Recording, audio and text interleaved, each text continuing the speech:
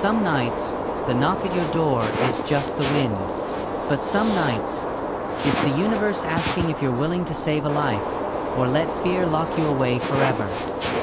"What's his name?" Eric asked. "Milo," Lena whispered, brushing wet hair from her son's forehead. "His name is Milo." The boy's skin was hot to the touch. Eric had seen fevers before, his mother, near the end, and he knew this was serious. "I'll get some water," he said, "and something to bring the fever down." He moved through his house like a man waking from a long sleep, pulling out medicine from the bathroom cabinet, filling a glass with cool water, grabbing a clean washcloth. When he came back, Lena was kneeling beside the couch, whispering to her son, and Eric saw her hands shaking. "Here," he said, handing her the medicine. "It's not much, but it'll help." She looked up at him, and her eyes were brimming with tears. "Why did you help us?" Eric didn't know how to answer that. Because he was scared? Because he almost didn't?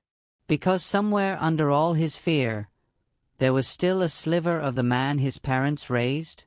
"Because you knocked," he said finally. That night, the storm raged on. The power flickered twice but held. Eric gave Lena and Milo his bedroom and took the recliner for himself. He brought them what little food he had: crackers, peanut butter, a can of chicken noodle soup. He kept the fire going in the old fireplace, feeding it logs from the stack in the garage, watching the flames dance and crackle.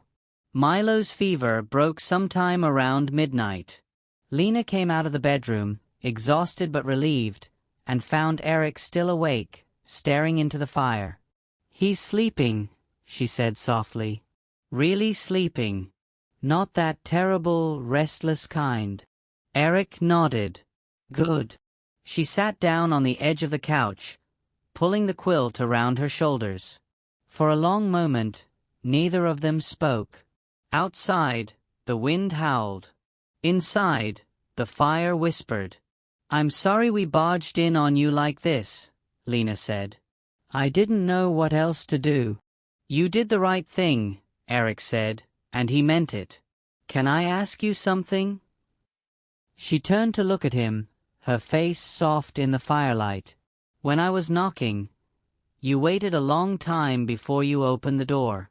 Were you scared of us?" Eric's throat tightened. He could lie. He could brush it off. But something about this woman, this stranger who'd crashed into his carefully guarded life, made him want to tell the truth. "Yeah," he said quietly. "I was. But you opened it anyway." "Yeah." Lena smiled, a small, sad, grateful smile. "That makes you braver than you think." Eric didn't feel brave.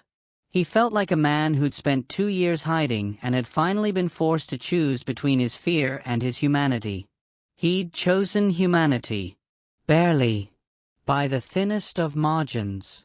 But he'd chosen. The storm lasted 3 days. 3 days where the world outside became an impassable wall of white. 3 days where Eric, Lena, and Milo lived in a strange, suspended reality, cut off from everything and everyone. And something unexpected happened. They talked.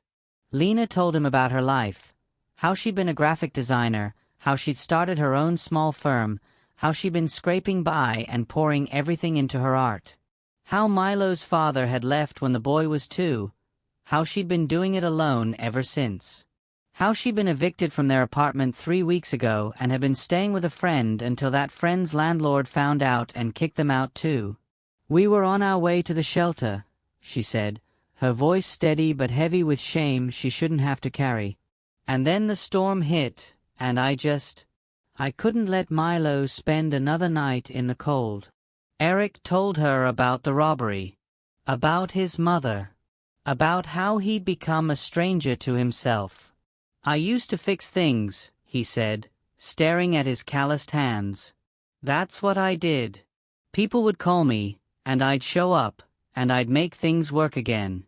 And now, I can't even fix myself." Maybe you're not broken, Lena said gently. Maybe you're just scared. There's a difference. And Milo, sweet, quiet Milo, once his fever broke and his strength returned, he started drawing.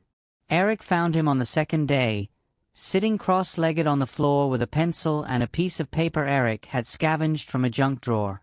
"What are you making?" Eric asked. Milo looked up with serious brown eyes. "You," he said simply. The drawing showed a man standing in a doorway, yellow light spilling out into the dark, his hand reaching forward. Behind him, a house. Ahead of him, two small figures in the snow. "Is that how you saw it?" Eric asked, his voice thick. Milo nodded. "You looked like a light." Eric had to turn away. He went into the kitchen and gripped the edge of the sink and let the tears come quietly. Because he hadn't felt like a light. He'd felt like a coward who'd almost turned them away. But to this boy, in that moment, he'd been everything. On the fourth day, the snow stopped. The plows came through. The world dug itself out and started moving again. Lena and Milo had to leave. Eric helped them gather their few things. Lena had called a friend who had a car, someone who could pick them up. They stood in the hallway, bundled back into their coats, and it felt too soon. Too fast. "I don't know how to thank you," Lena said. "You saved us." "You don't have to thank me," Eric said. "I'm just glad Milo's okay." Milo hugged him, suddenly, fiercely, his small arms tight around Eric's waist. Eric's breath caught. He put his hand on the boy's head, feeling the warmth of him, the life. "You're a good man," Lena said, and she pressed something into Eric's hand. A business card. Simple. Elegant. Lena Hartwell, Creative Director. "If you ever need anything," she said. "Anything at all. You call me." "Promise." Eric nodded, not trusting his voice. And then they were gone. The house felt emptier than it ever had before. But something had shifted. Eric walked through the rooms, and they didn't feel haunted anymore. They felt quiet. Waiting. He put Lena's card on the refrigerator, held in place by a magnet shaped like a sunflower his mother had loved. And he went back to his life. But he wasn't the same. He'd opened the door. And he couldn't close it again. You ever notice how life has a way of testing you right after you think you've figured something out? Eric had opened his door to strangers in a storm. He'd let people in. He'd remembered what it felt like to be needed, to matter, to be more than just a scared man hiding in his father's old house. For the first time in 2 years, he'd felt something like hope. And then everything fell apart. It started small. A phone call on a Tuesday morning. "Eric, hey, it's Tom." Tom Brennan, the property manager for the apartment complex where Eric did maintenance work. Fixing toilets, patching drywall, keeping the boiler running through the winter. It wasn't much, but it was steady. Or it had been. "Tom," Eric said, already sensing the tone. "What's up?" "Listen, man, I hate to do this, but we're going with a full-service maintenance company. Corporate decision. It's nothing personal, you've been great, but they want everything streamlined, you know? I'm really sorry." Eric's hand tightened on the phone. "When's my last day?" "End of the week." That was 3 days away. "Yeah," Eric said numbly. "Okay. Thanks for letting me know." He hung up and stood in his kitchen, staring at nothing. That job was half his income. Half. 2 days later, the other half disappeared. The school district called. Budget cuts. Again. They were eliminating all contract positions, including the weekend custodial work Eric had been doing for the past 6 months. "We'll keep you on the callback list," they said, which was a polite way of saying don't hold your breath. Just like that, Eric had no work.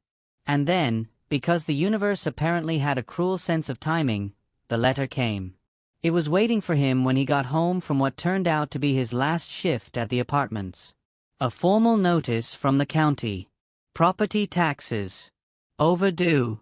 His mother had handled all that before she got sick, and after she died, Eric had tried to keep up, but things had slipped through the cracks.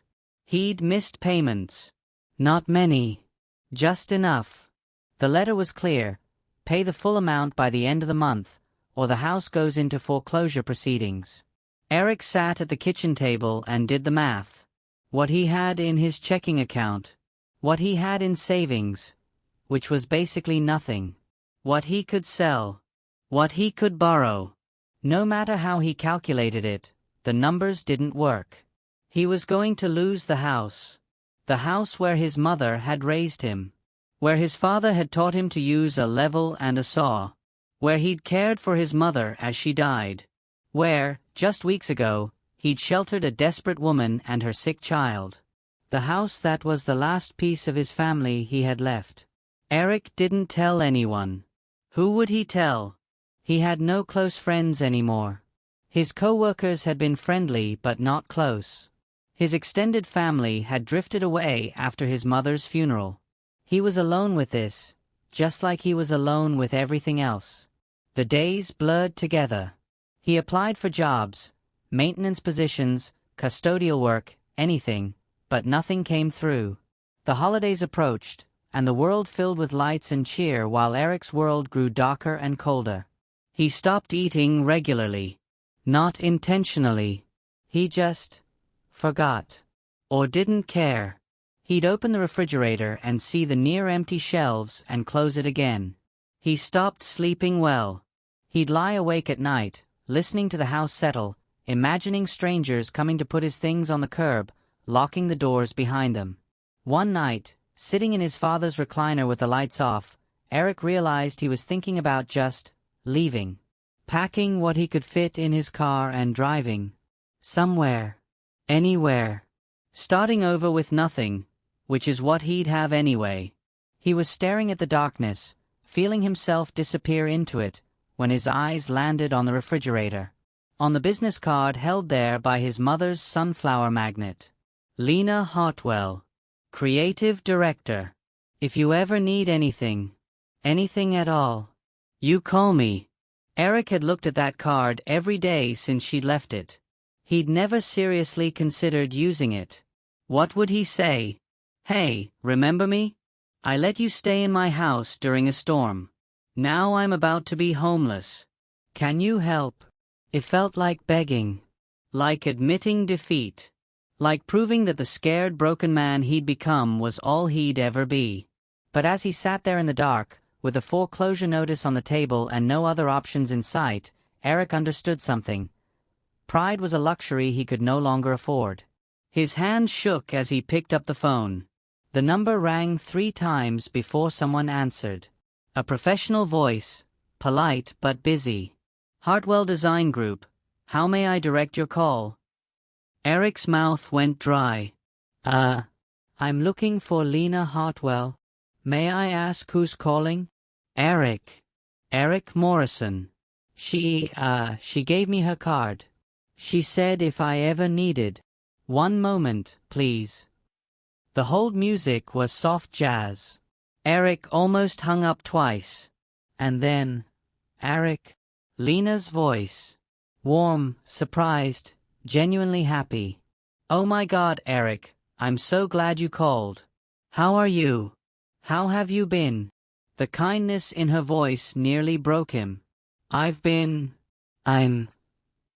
He couldn't do it. He couldn't ask. I just wanted to see how you and Milo were doing. We're good. We're really good. Milo talks about you all the time.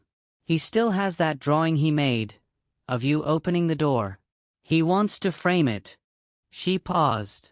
Eric. Is everything okay? Yeah, he lied. Everything's fine. Eric. Her voice softened. You called for a reason. Talk to me. And maybe it was because he had nothing left to lose. Maybe it was because she'd seen him at his most afraid and hadn't judged him. Maybe it was because he was so tired of carrying everything alone. He told her about the jobs, about the house, about the foreclosure notice, about feeling like he was drowning and not knowing how to swim. Lena was quiet for a long moment after he finished. "Can you come to my office tomorrow?" she asked finally. "Lena, I'm not asking for—" "I know you're not, but I'm asking. Can you come?" Eric closed his eyes. "Yeah, I can come. 10 o'clock. I'll text you the address." After he hung up, Eric sat in the silence and wondered what he'd just done. The address Lena sent was downtown. A tall building, all glass and steel, the kind of place Eric had never had reason to enter. He almost turned around 3 times on the drive there. The lobby was massive, gleaming, intimidating.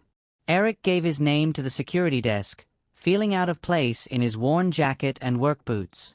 But the guard smiled, made a call, and directed him to the elevators. 12th floor. When the elevator doors opened, Eric stepped into a space that looked like it belonged in a magazine. Open concept. Modern furniture. Huge windows overlooking the city. And on the wall in elegant letters, Hartwell Design Group. A receptionist greeted him warmly and led him past desks where creative-looking people worked on computers with multiple monitors. Everyone looked young, talented, purposeful. Eric felt ancient and useless. And then he saw Lena. She came out of a corner office, and Eric barely recognized her. This wasn't the desperate, exhausted woman who'd collapsed into his hallway. This was someone confident, polished, in command. Her dark hair was styled. She wore a blazer and heels. She looked successful. "Eric." She crossed the space quickly and hugged him. A real hug, not a polite one. "Thank you for coming." "Lena, what is this place?"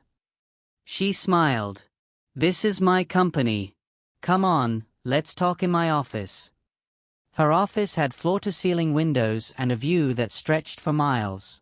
There were awards on the shelves, magazine covers featuring her designs.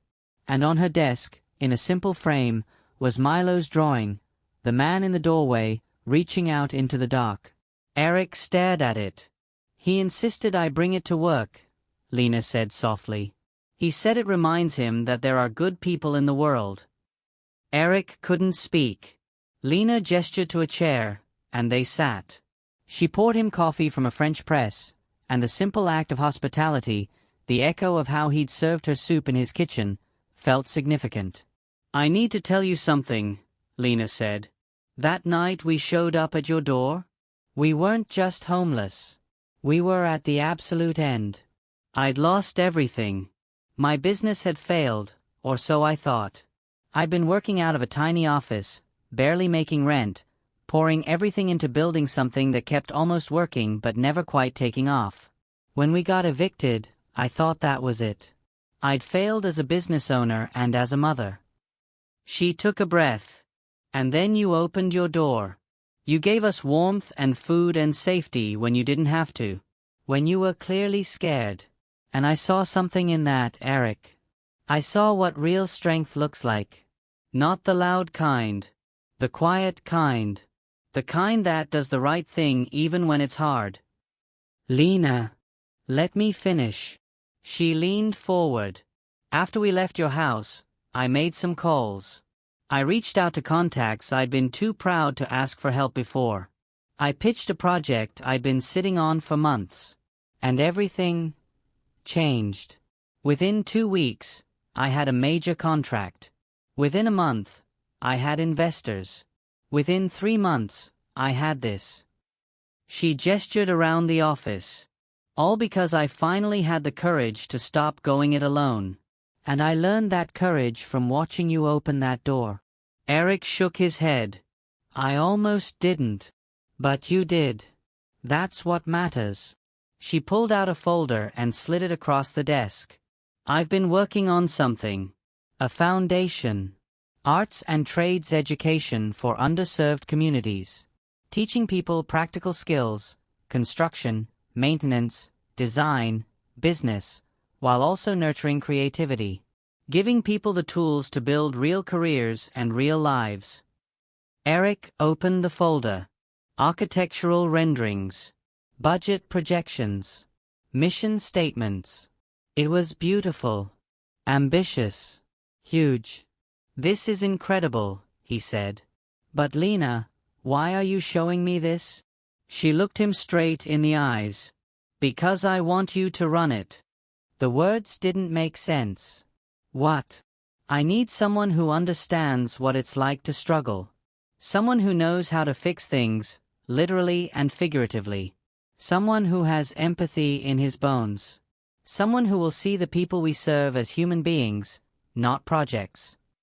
She paused. "I need you, Eric. I'm not. I'm a maintenance guy. I fix toilets and patch walls. I don't run programs." "You underestimate yourself." Lena pulled out another piece of paper. A job description. A salary that made Eric's eyes widen. "This isn't charity. This is a job. A real job.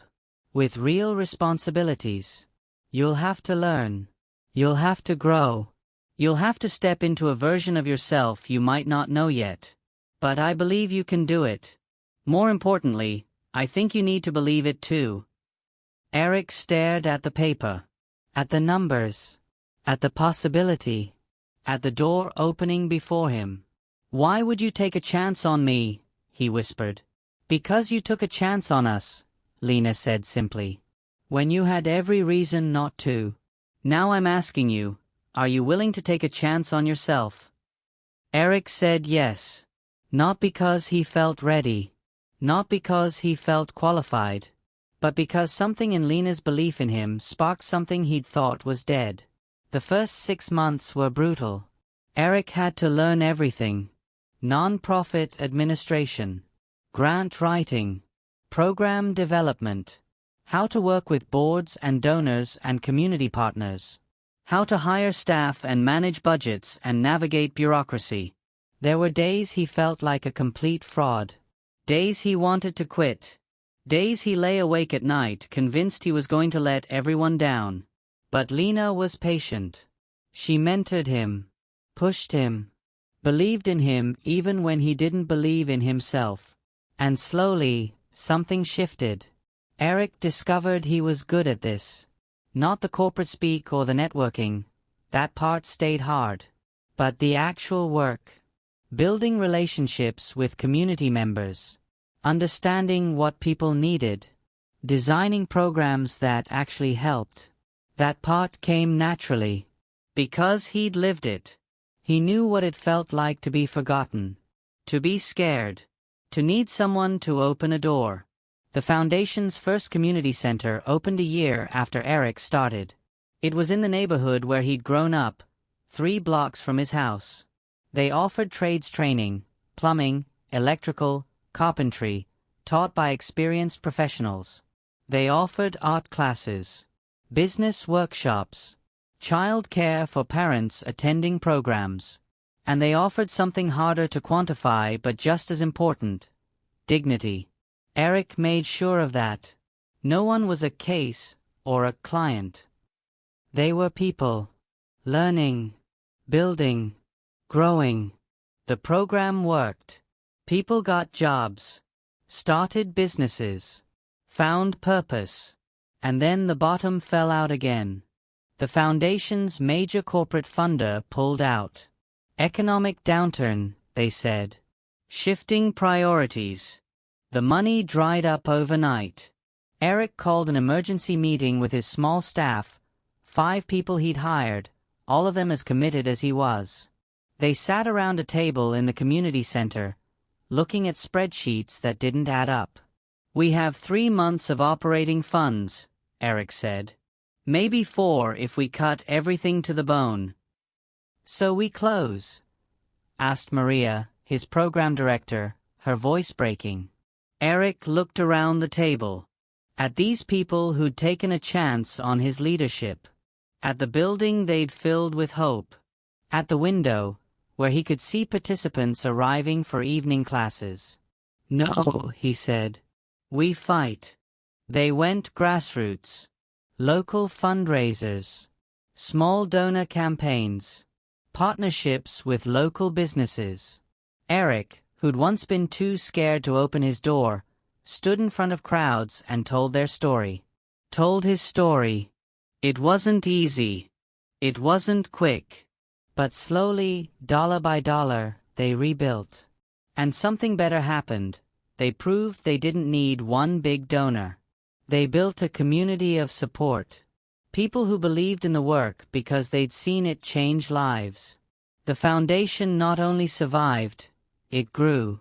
Within 3 years, they had 4 centers. Within 5, they were a model other cities wanted to replicate.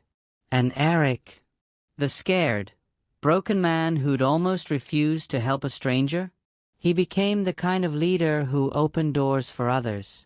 7 years after that snowy night, Eric sat in his living room, the same house, now fully his, taxes paid, mortgage cleared, and looked at the framed drawing on his wall.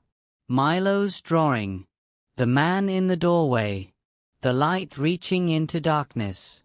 It was another winter evening. Another storm rolling in, though not as fierce as the one that had changed everything. Eric had a team coming over, Maria, 2 board members, and a new program director, to plan the foundation's expansion. He'd made coffee. Set out cookies from the bakery that had just hired 3 of their graduates. The house felt warm. Lived in. Full. There was a knock at the door. Eric smiled and went to answer it. No hesitation. No fear. Because he'd learned the most important lesson of his life that night 7 years ago. The door isn't just something you open for others. Sometimes, opening the door is how you save yourself. The meeting went late. They talked about new possibilities, new partnerships, new communities to serve. They laughed. They argued. They dreamed together. After everyone left, Eric cleaned up the coffee cups and stood at his window, watching the snow fall. Soft and gentle this time. Beautiful. His phone buzzed. A text from Lena. Milo got into art school. Full scholarship. He says he's going to create a whole series based on that night. He's calling it The Open Door Project. Thought you should know. Thank you for everything, Eric. For being brave when it mattered most. Eric's eyes stung with tears. Happy ones. He typed back, tell him congratulations. And tell him I'm grateful. For all of it. He set down the phone and looked once more at the drawing on his wall. The man in the doorway. That man had been terrified. Broken. Lost. But he'd opened the door anyway. And in doing so, he'd found his way home. Not to a place. To a purpose. To himself. Sometimes we think courage is about not being afraid. But real courage is being absolutely terrified and choosing compassion anyway. It's opening the door when every instinct says to keep it closed. It's trusting that the risk of connection is worth the possibility of pain. It's believing that one small act of kindness can ripple outward in ways we can't imagine. Eric learned that lesson in a snowstorm. And he spent the rest of his life teaching it to others. One open door at a time.